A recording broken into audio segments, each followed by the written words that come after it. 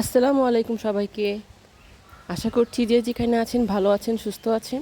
আমরাও আল্লাহর অশেষ রহমতে ভালো আছি, সুস্থ আছি। নিয়ে আসলাম আপনাদের মাঝে নতুন আরেকটি ভিডিও। আশা করছি আমার ভিডিওটি আপনারা শুরু থেকে শেষ পর্যন্ত মনোযোগ সহকারে দেখবেন। আর আমার ভিডিওর মাধ্যমে যদি আমার কথাতে বা আমার ভিডিওতে যদি কোনো ভুল থাকে আপনারা সেটা ক্ষমা সুন্দর দৃষ্টিতে দেখবেন। তো দেখতে থাকুন ভিডিওটি, আশা করছি আপনাদের ভালো লাগবে। এই তো আমি সকাল সকাল বাগানে চলে এসেছি। আমার বাগানে অনেক গোলাপ ধরেছে।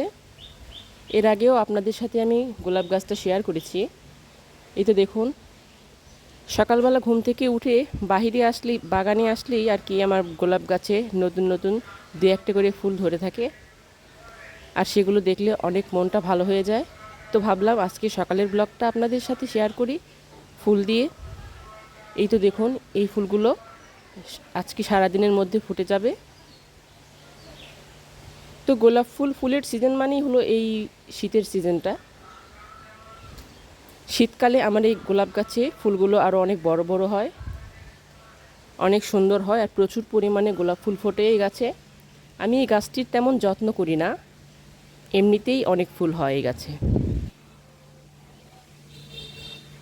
মাশাআল্লাহ, ফুলগুলো দেখতে অনেক সুন্দর।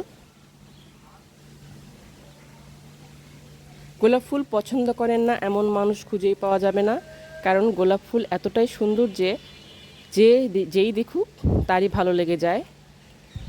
এই কারণেই তো ফুলের রানী বলা হয়েছে গোলাপকে। এই তো দেখুন, গাছটি আমার অনেক উপরে উঠে গিয়েছে। এই তো দেখুন, উপরে একটি কলি ফুটে আছে আর কি, এটা আজকে সারাদিনের মধ্যে ফুটে যাবে।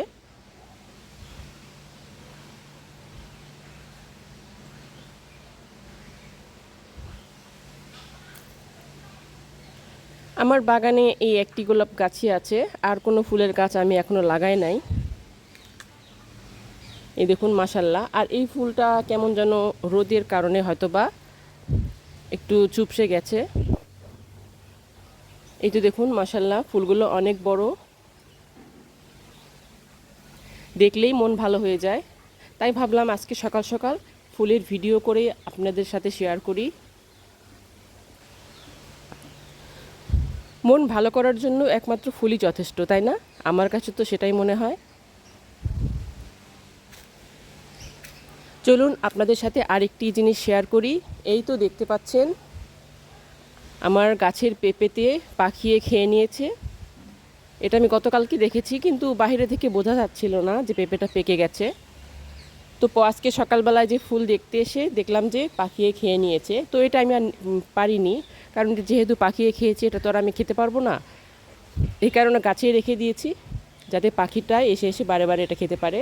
আর এই তো এখানেই পাখিটা ছিল। আমি আস্তে আস্তে পাখিটা উড়ে চলে গেছে। আমি মনে করেছিলাম যে একটু ভিডিও করব ওর, তো সেই সুযোগটাও আমাকে দেয়নি, চলে গিয়েছে। আর এই যে পেঁপেগুলো দেখতে পাচ্ছেন, এগুলো যেখানে একটা পেরে নেব, হয়তো বা এটা পাকবে রেখে দিলে। শীতকালে পেঁপেগুলো আসলে এরকমই হয়, শীতকালে পেঁপে পাকতে চায় না, বড়ও হতে চায় না।